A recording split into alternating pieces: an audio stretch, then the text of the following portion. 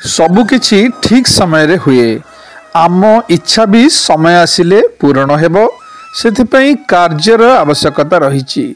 जेते व्यस्त हेले भी समय पूर्वरु किछि होई न थाए।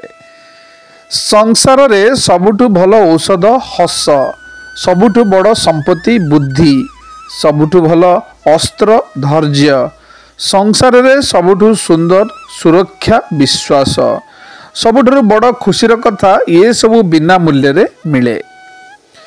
जीवन रे एमिति भी गोटे गोटे समय आसे समस्त को समान स्नेह प्रेम करुथुबा लोकटा ही काहाकू अधिक कम रे परिणत करने को जाई से निजे भी हारी जाई थाए। अपेक्षार फल निश्चित रूपे मिठा होता है, किंतु धैर्य धरी रहिबार शक्ति समस्तंक पाखरे न थाए। सेथिपई किछि लोकंकर खुशी आखि पांतारु ही दूरे जाई थाए। सबुदिन परा समान नुहई, सुख परे दुख आसे। आपणा खुशी रे अंध जिए थाए तार केते जाए आसे।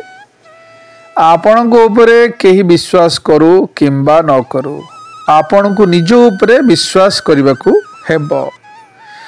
जीवन रे काहर क्षति करने पूर्व थरे भावी नियंतु, आज आपण जहार जेतिकी क्षति करुछंती केही निजे आपणकर याहाकू अधिक क्षति करि पारे।